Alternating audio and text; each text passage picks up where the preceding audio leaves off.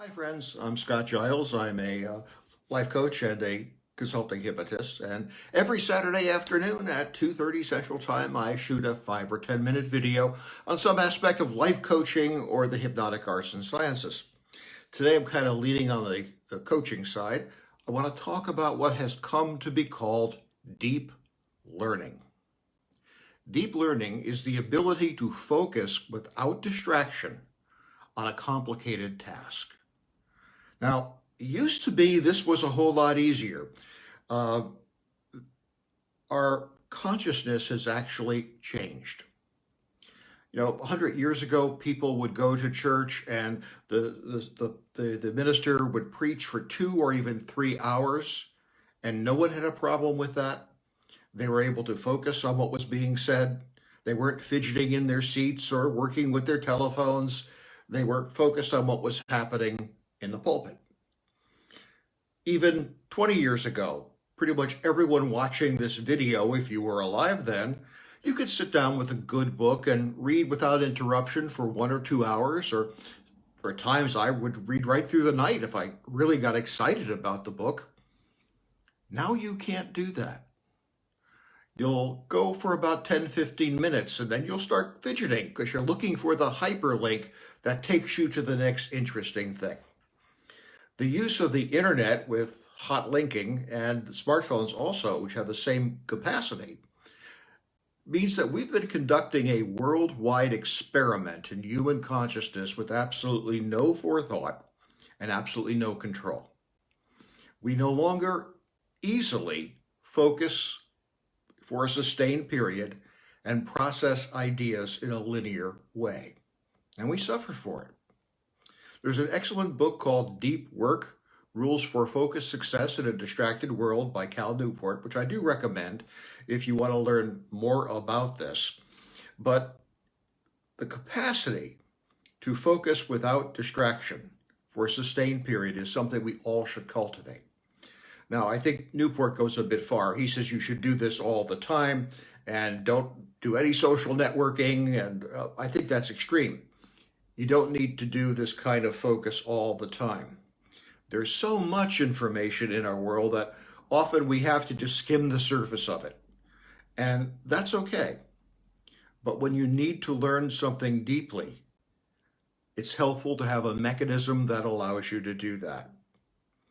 And let me just say out front that yes, hypnotism can help with that. I routinely work with people on memorization, rapid recall, learning skills, and hypnosis can make a huge difference in being able to study effectively and recall accurately.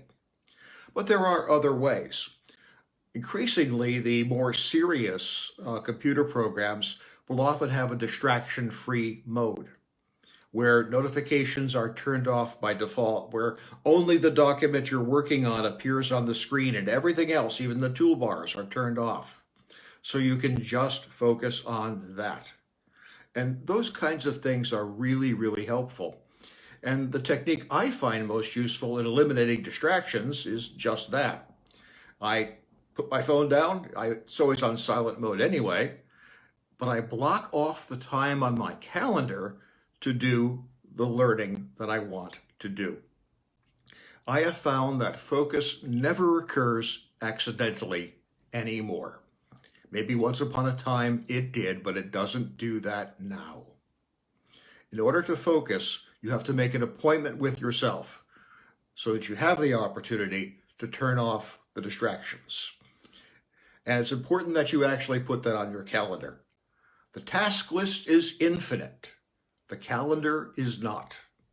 And so when you actually block time, then it's much more likely you will take that time and do the focused work that you need. Now, there's so much stuff going on in modern society. From what we know about skull sizes and so on, our brain has not changed very much since the late Stone Age, Neolithic times. Our nervous system evolved to cope with the stresses and strains of a Neolithic campsite. But we live in a world that's much more complex, much more loud with distractions. And we often get just simply overwhelmed. We start getting decision fatigue. We don't know what to do. We get tired of having to make so many decisions all the time. Now, people will often say, well, you got to multitask, do more than one thing at a time. All the research that's been done on multitasking shows that that is a fallacy. You can't effectively focus on more than one thing at a time. And if you try, you end up just messing up a whole bunch of stuff. Now, sometimes people will say, well, how about a chef? Well, I was a chef. And yeah, they say chefs have to multitask because you have to do multiple orders at the same time and you have multiple different foods cooking at the same time. But if you actually watch what we chefs did, we weren't doing things at the same time. We were focusing just serially. We did this, and then we did this, and then we did this, and then we did this. And while we were plating that one order, nothing else mattered. We weren't listening to what people were saying. We were just moving that spatula or that set of plating tweezers to get it exactly right. And then when it was done, we move on to the next one. So it was serial focusing, not multitasking.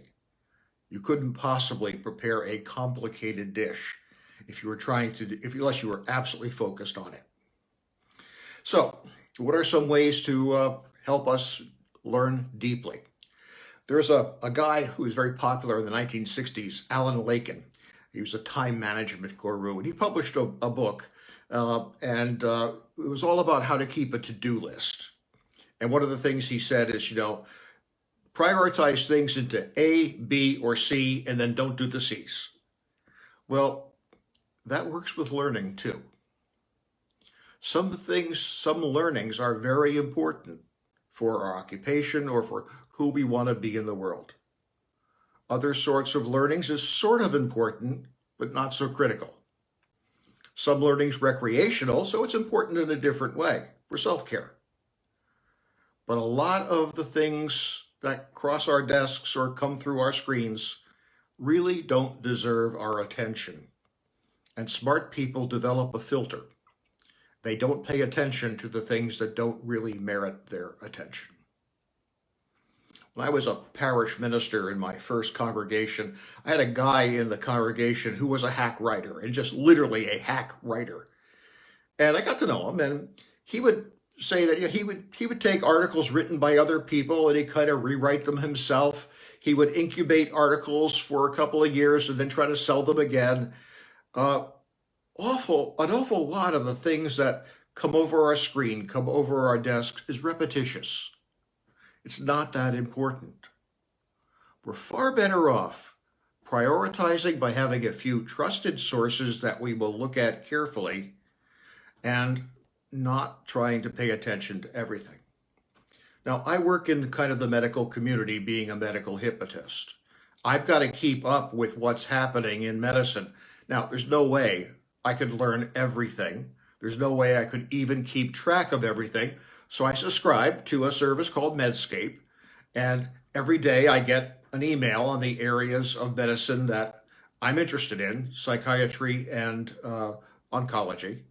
And I pay a lot of attention to those things because I know that it doesn't get into Medscape unless the quality is high.